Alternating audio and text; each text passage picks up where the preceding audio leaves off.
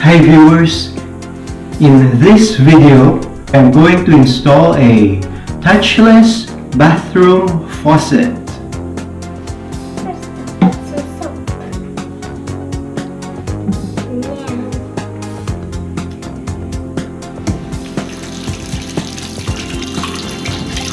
I'm done. I don't even need to touch the faucet. Before you begin, make sure to close the main water line under the sink.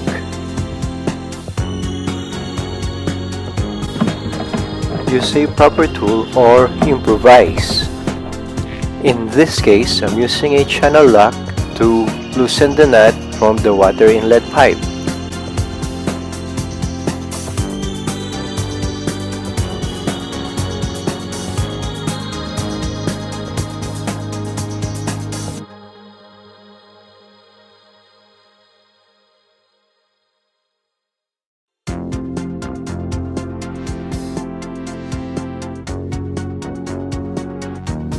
If the lock nut cannot be removed by hand, use a flat or a socket screwdriver and tap it at the edge.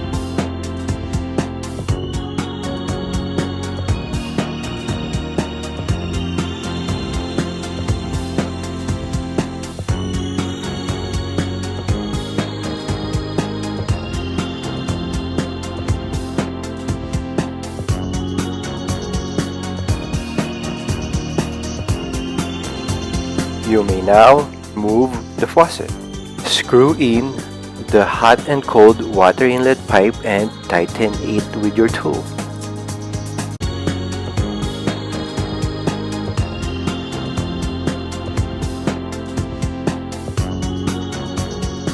Install the auto-sensing faucet with a plate onto the basin.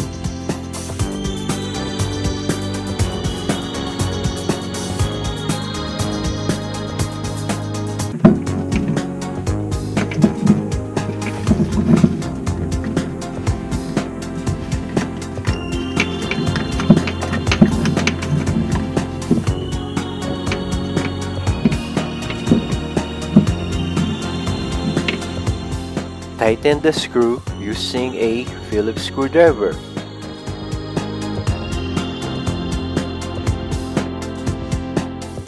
Screw in the fixing nut.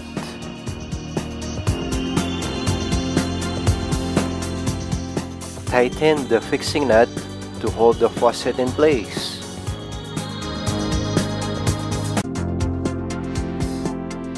Screw in and tighten the water inlet pipe.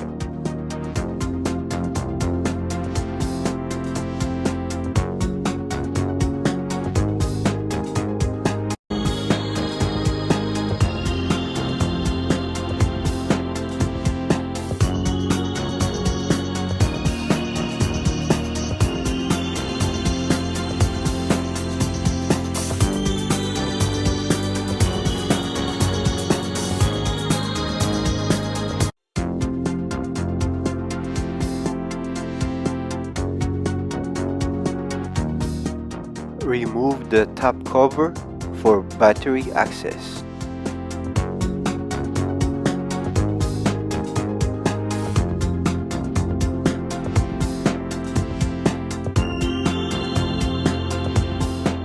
Install 4 AA battery.